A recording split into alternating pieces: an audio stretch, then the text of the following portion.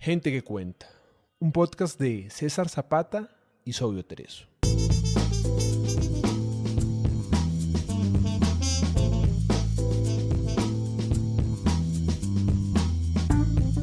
Reseñas que cuentan es un espacio donde compartimos las piezas para armar la biblioteca personal, con base en la literatura universal. Grandes obras en pocas palabras, con Paula Andrea Marín Colorado.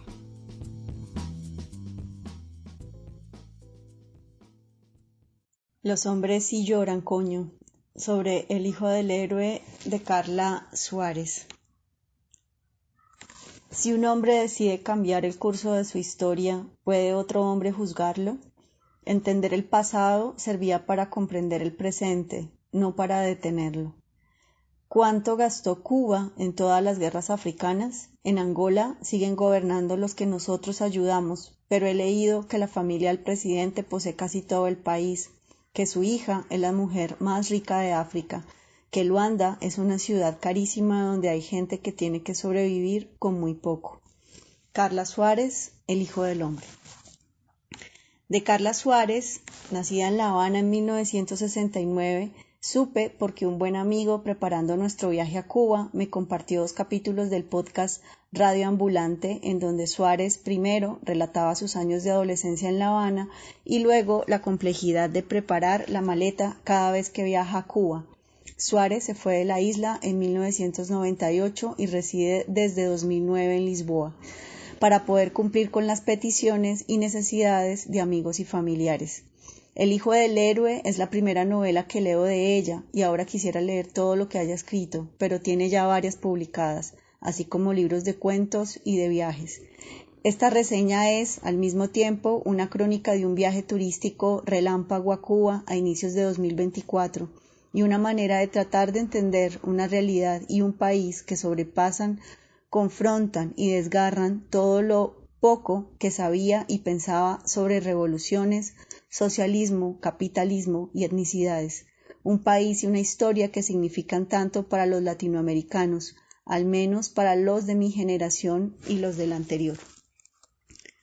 El viaje comienza entendiendo que La Habana, esa ciudad de la que me enamoré cuando leí La Habana para un infante difunto de Guillermo Cabrera Infante hace más de 20 años, se extiende mucho más allá de La Habana vieja, la que tiene más de 500 años de historia y de la que han querido hacer una imitación aséptica en la Cartagena amurallada, La Habana de postal, lista para el consumo turístico sin los problemas de la isla ni de la ciudad extramuros, y más allá de La Habana Centro, la que tiene más de un siglo de construcción, la que parece Gaza sin bombas, como nos dijo un cubano, porque la mayoría de quienes viven allí tras la revolución carecen de recursos para sostener el mantenimiento de las edificaciones y el gobierno tampoco invierte en su restauración.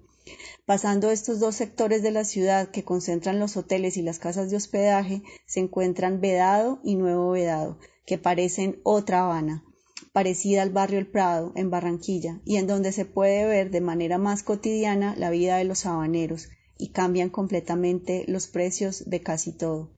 La novela de Suárez se desarrolla en lo que podría ser Nuevo Vedado, en la casa de una familia de clase media, porque las clases sociales no desaparecieron en Cuba, cuyos padres comparten los ideales revolucionarios y la esperanza de construir un nuevo país, y cuyos hijos crecen en la época de esplendor del gobierno revolucionario, pero también viven la gran debacle del proyecto, la década de 1990, cuando Cuba debe ser consciente de las limitaciones de productividad y de sostenibilidad económica de su proyecto, limitaciones en las que ya no cabe hablar de bloqueo económico en el que los cubanos ya no creen, que siguen recrudeciéndose año a año y mucho más después de la pandemia de 2020 y de la crisis de combustible que vive la isla.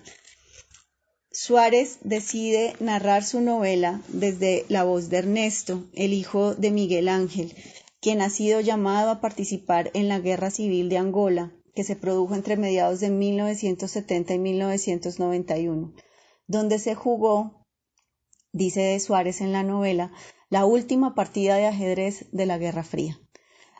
Durante el largo periodo en el que Cuba envió soldados y civiles a África para apoyar la liberación del continente de su colonialismo decimonónico, encabezado por Francia, Portugal, España y Reino Unido, Ernesto y su familia reciben la noticia de la muerte del padre en Angola, en cumplimiento de su deber.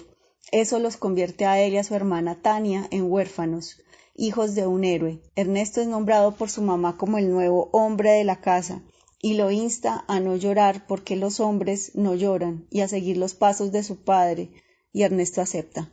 A partir de allí, el autor aprovecha para enlazar en la historia el relato patriarcal de la revolución, que requiere de héroes y de masculinidades normativas, y el relato de Ernesto, quien, obsesionado por la muerte de su padre, comienza a indagar sobre la participación de Cuba en las guerras de África.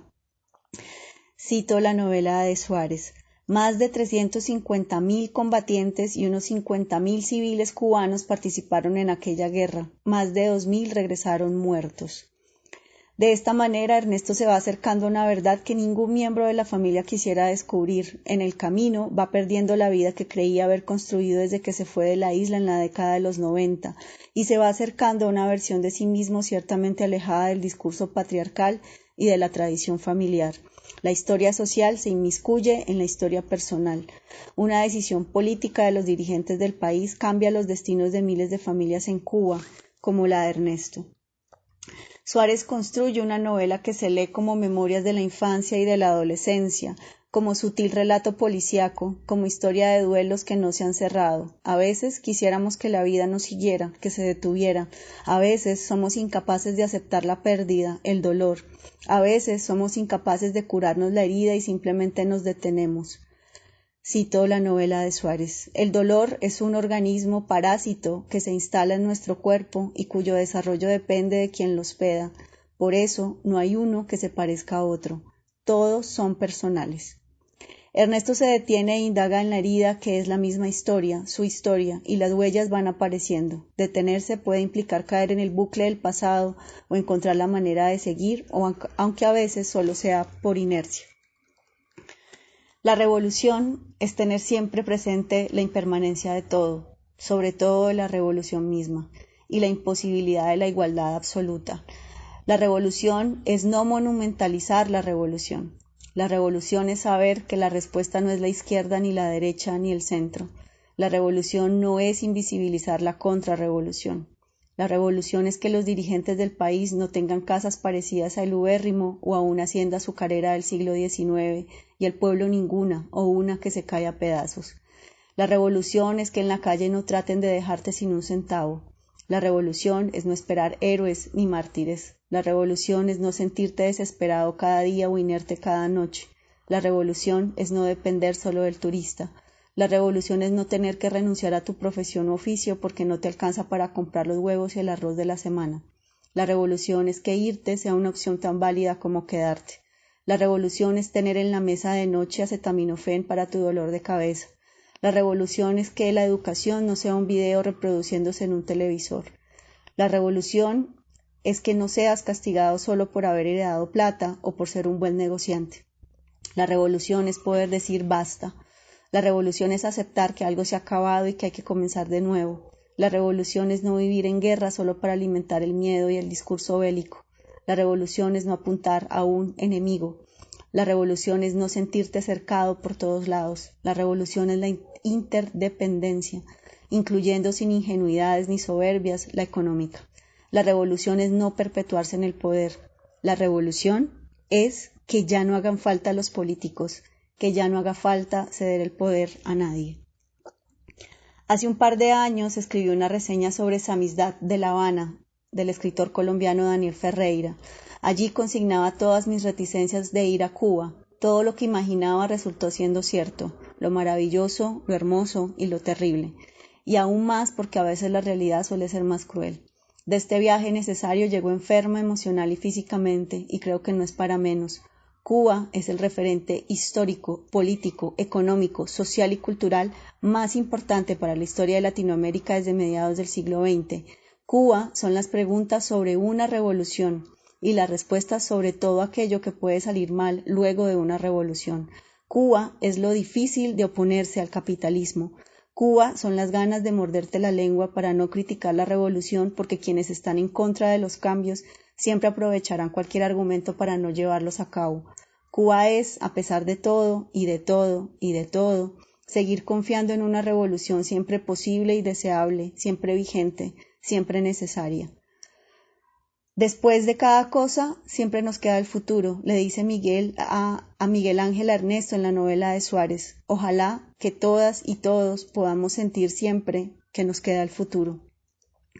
Termino esta reseña crónica siendo consciente de y agradeciendo la libertad con la que escribo y leo estas palabras. A pesar de la autocensura que todas y todos de alguna u otra manera nos imponemos por no pecar de ignorantes o de ingenuos o por posar de bienpensantes o filántropos, sé que gozo de una libertad de palabra impensable aún en Cuba. Carla Suárez, El hijo del héroe, México, Fondo de Cultura Económica, 2020. Escuchaste a Paula Andrea Marín Colorado en Gente que Cuenta.